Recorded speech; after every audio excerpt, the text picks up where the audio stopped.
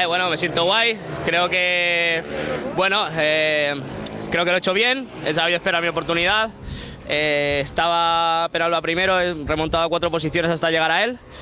Y he sabido esperar el momento justo, que ha sido al final, en la última curva, en la que he podido meterme por dentro y ganar la carrera. Ha costado, pero bueno, una victoria que sabe mucho mejor que alguna otra. Entonces, bueno, creo que tengo también vuelta rápida, tengo 5 puntitos más, si mal no salen los números. También eso no lo sé, veremos, está por ahí.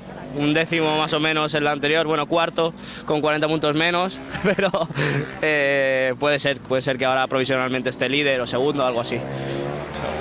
Sí, satisfecho. Creo que podría haber dado un pelín más, sacado un poquito más de rendimiento. Siempre uno intenta sacar lo máximo y bueno, siempre quiere uno más, yo creo. Si me conformara con todo, no hay motivación. Muchas gracias, señor. Bien, bueno, a ver, estoy cabreado conmigo mismo porque he rodado durante toda la carrera bien.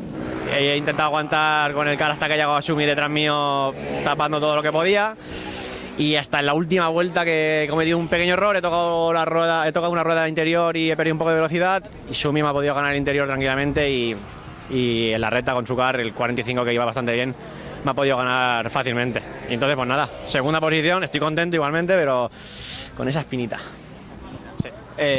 Carrera limpia, por eso, ¿no? Sí, muy limpia. Ojalá todas las carreras fuesen como esta.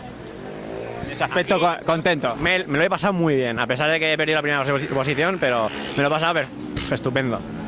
O sea que a la siguiente, más gas todavía. Muchas gracias.